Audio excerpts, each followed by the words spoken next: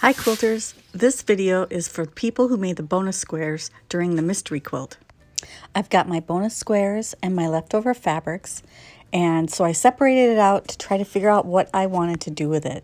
I consulted a few of my block books and just started playing with the squares to see what kind of blocks I could make.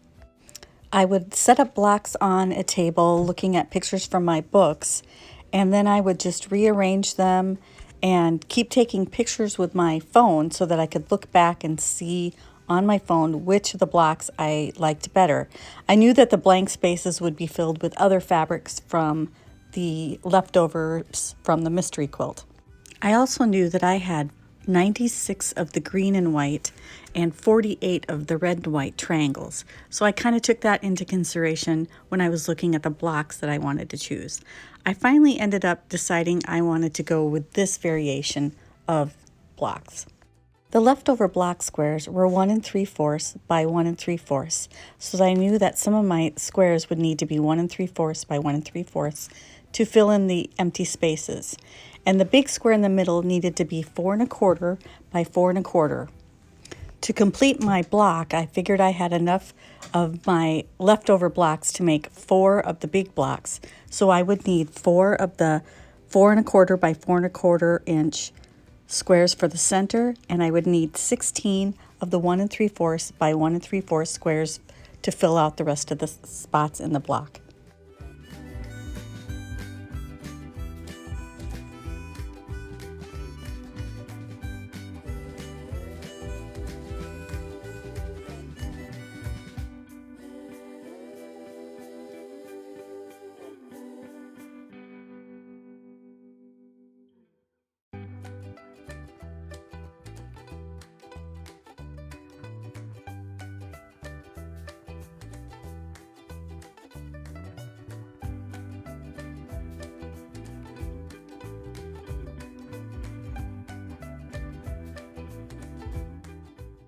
I wanted to separate the blocks a little bit, so I cut some sashing strips that were 2 inches by 9 1/4, which is what my block was going to end up being.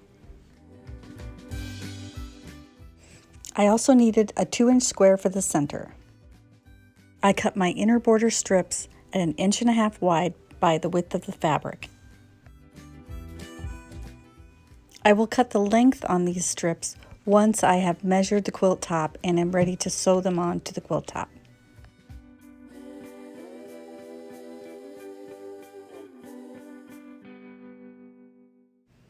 I cut my outer border strips 2.5 inches wide by the width of the fabric. Knew I would need 1 for each side of the finished project, so I needed 4 total. Any extra I had, I figured I could use for binding, but I knew I would need to purchase more fabric for binding. Now it's time to lay the block out so that you're sewing everything correctly and make sure it's in the right place. Then break it into sections so that you can sew sections at a time. The first sections I'm going to sew are the sections opposite the center square. So it'll be 3 red pieces, red and white half square triangles sewn together, and then 3 green and white half square triangles sewn together. And both sides are going to be the same, so we can sew them all at once. Make sure you're putting the pieces together correctly. Always double check. I'm usually going through and checking at least a couple times as I'm sewing because I don't want to get my seam ripper out.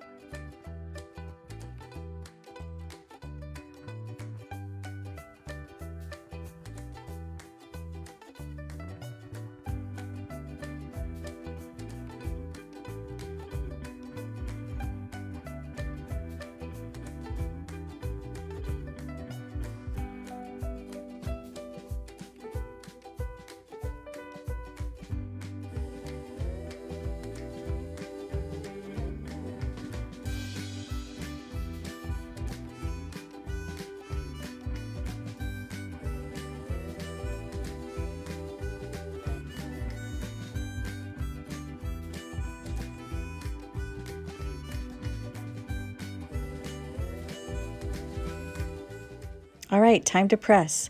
I am sewing these units in one direction, and then I will sew the green units in the other direction. That way, when I'm putting the units together, they will nest as you're sewing them together.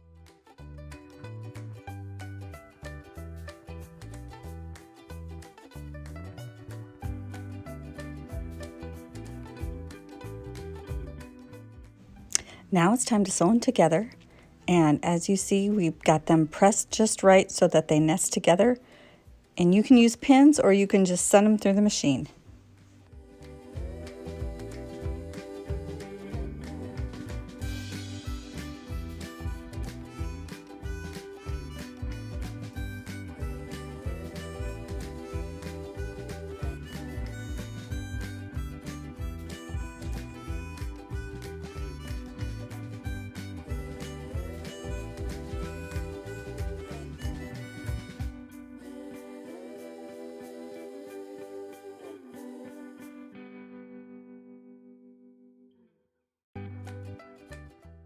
Now it's time to press, and I'm going to press these open so that the pieces will lay a little flatter and not have as much bulk.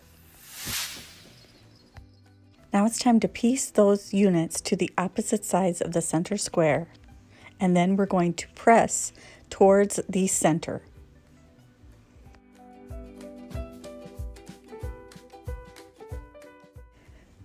Now it's time to piece the other two sides of the block, and we're going to split these into 3 different sections. There are going to be 2 corner sections, and then there will be the side sections.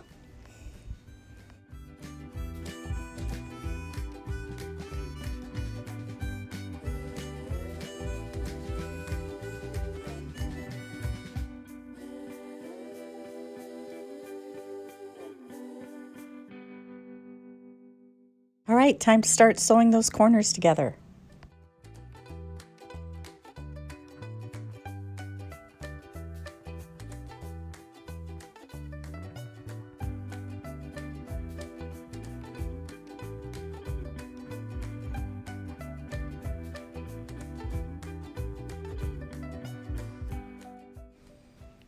All right, moving on to the next one.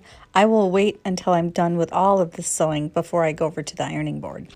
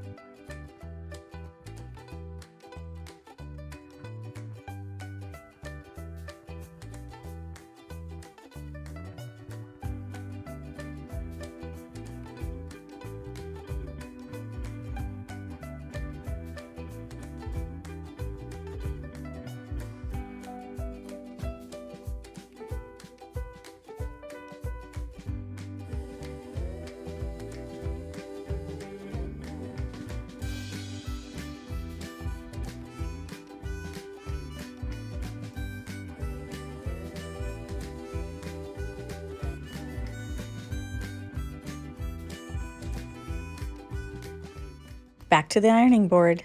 On this unit for the corners, you're going to want to press towards the square.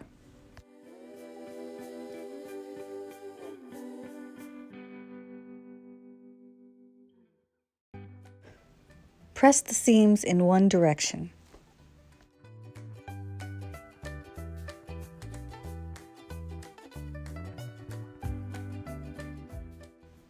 For the other half of this block, you want to press the seams in the opposite direction. That way, when you sew those two sections together, the seams will nest.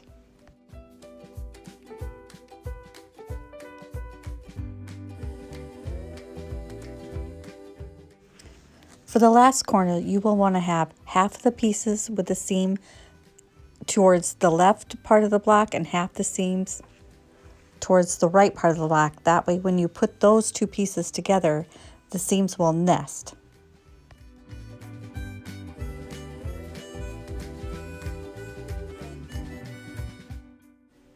Back to the sewing table. Now it's time to put all of our pieces together for the two sides of the block. See how those pieces nest together? Start sending them through the sewing machine.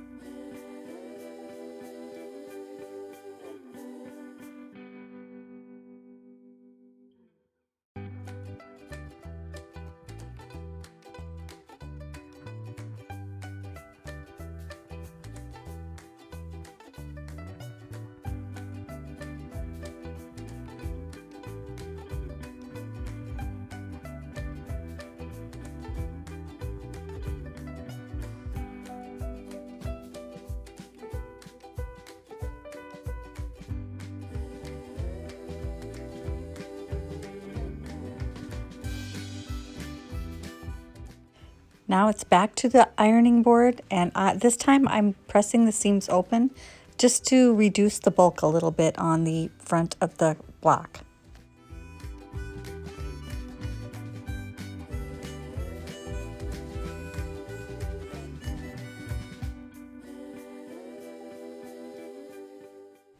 So you have your 3 units here, and the opposite side is the same. So we are just going to put all of these pieces on this side, and then we have 8 units to sew to make 2 sets for each of the 4 middle sections.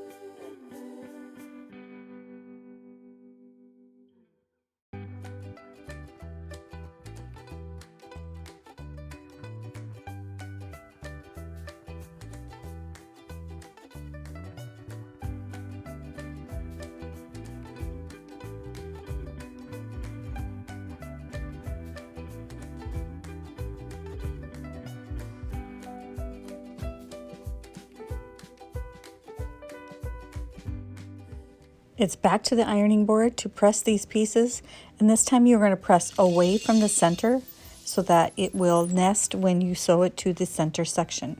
So these are pressed away from the center, and the center is, these are pressed towards the center.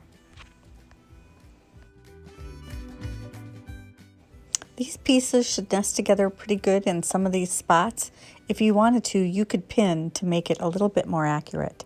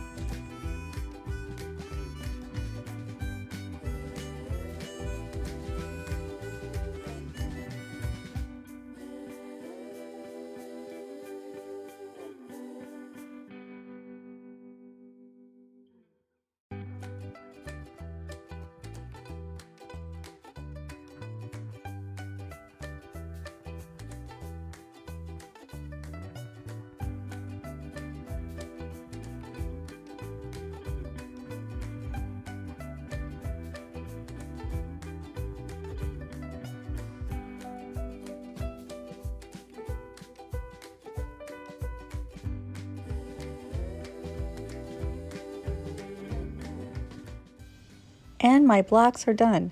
These blocks should measure 9 1/4 by 9 1/4, and you'll want to press them. I press towards the center. It's time to lay it out with the sashing. I couldn't figure out if I wanted to make it like an X or if I wanted to have more of another square in a square kind of look. I decided to go with this version. I liked it a little bit better. And then sew your sashing to your blocks. You're going to have 3 rows, 2 with blocks on either side of the sashing and 1 with the sashing and a cornerstone center.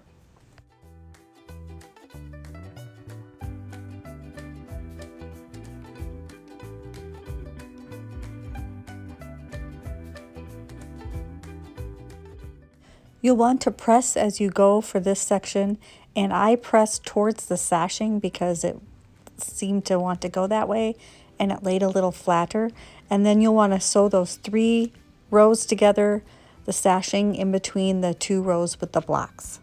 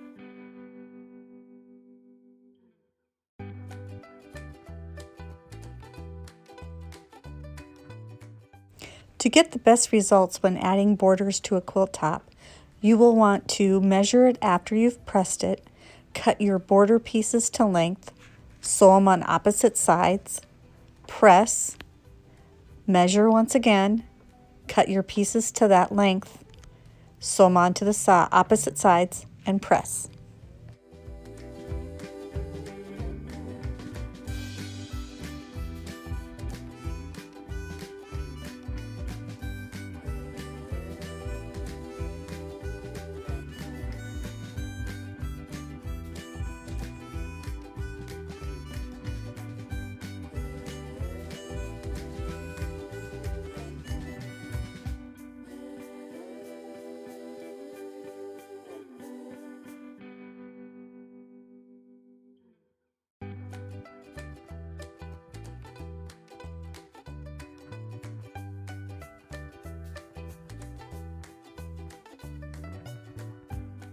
And my quilt top is done. I love the way it turned out. It'll be perfect for on the center of my Christmas table.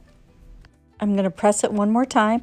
Then I'm going to layer it with my batting and backing and use my 505 spray to get it ready for quilting. I picked a backing to help me do the quilting. So what I'm going to do first is sew all the way around the edge so I can quilt it from the back side. I picked a grid for the back side of the quilt.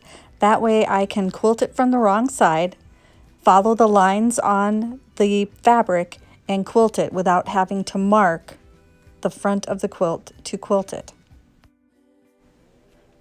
I'm going to sew on every other of these darker lines, and I have the bobbin thread and the top thread to match, and I'm just going to put my walking foot on and follow the lines. So I'm going to start kind of in the center and work my way out to both edges, and then I will do the other direction also.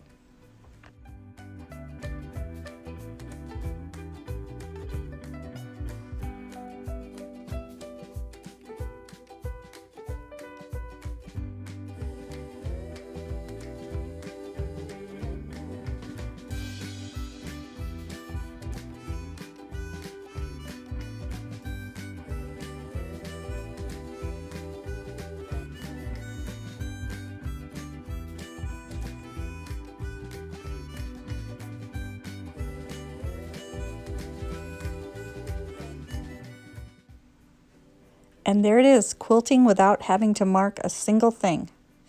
From the back side, you can see I stitched right on top of those lines using every other one. Now that it's quilted, I can trim it and get the binding on it. I'm using the same fabric for the binding that I used for the outer border.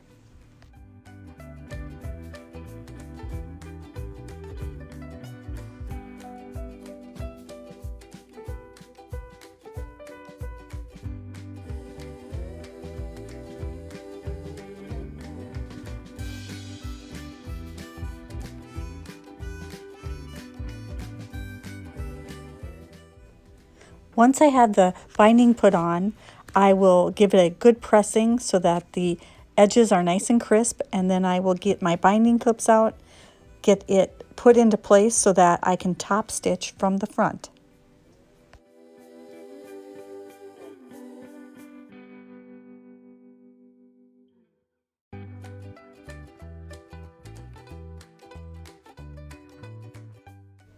I am just stitching right in the ditch. I should be catching the back side of it as I sew right here. That's why I like to use the binding clips, because it keeps it in place.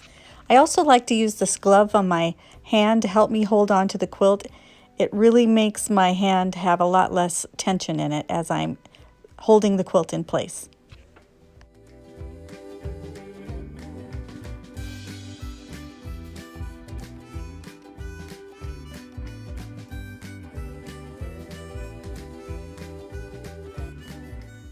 And it's done. One last thing to do, and that is to put my signature on the back of the quilt and mark it so that I always remember where this quilt came from when I made it. And it was my Mystery Quilt leftover bonus blocks. So hope you enjoyed this presentation and can use your bonus blocks for something fun for yourself.